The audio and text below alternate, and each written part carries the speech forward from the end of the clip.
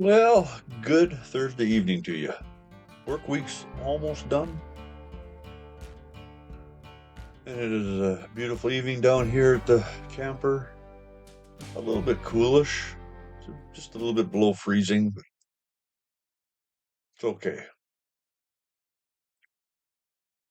But this is where the eagles gather to spread their wings and meditate on God's word for a few minutes.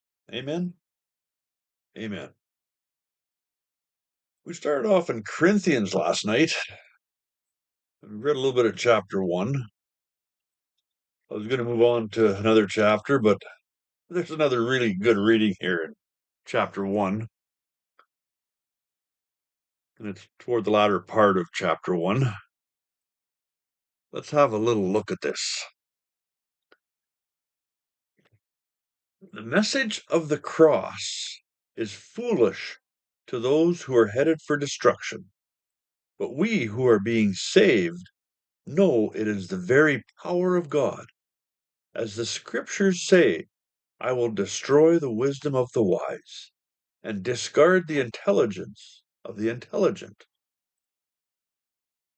So, where does this leave the philosophers, the scholars, and the world's bright, brilliant debaters?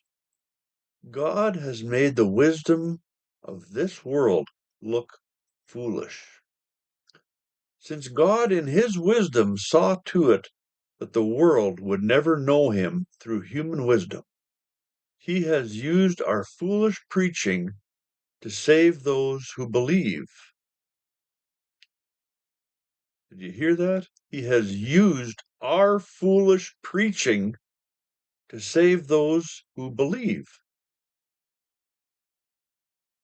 It is foolish to the Jews who ask for signs from heaven, and it is foolish to the Greeks who seek human wisdom. So when we preach that Christ was crucified, the Jews are offended, and the Gentiles say it's all nonsense.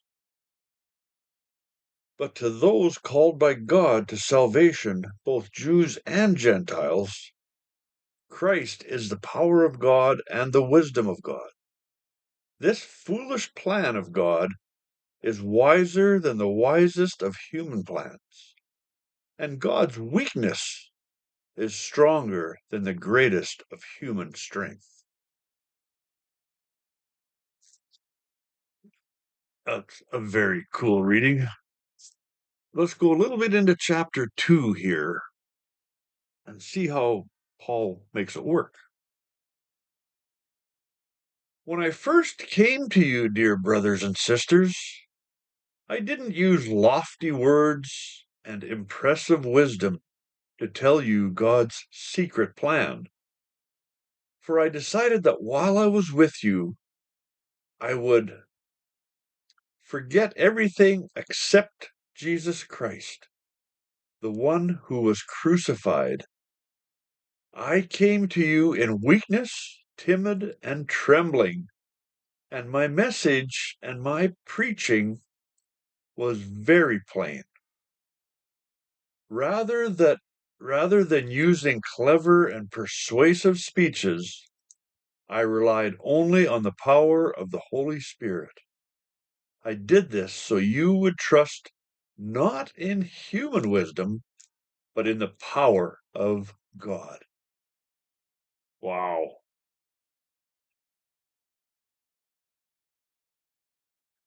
I've often been very, what's the word? Very restrained in sharing my faith because I don't have eloquent words.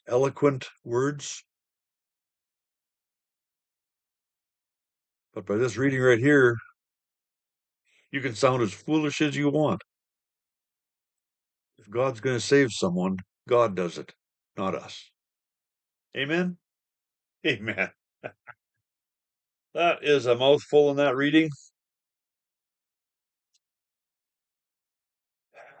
Very, very much something to meditate on.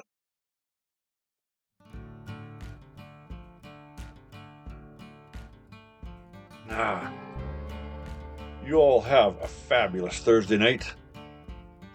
God willing, we'll see you tomorrow.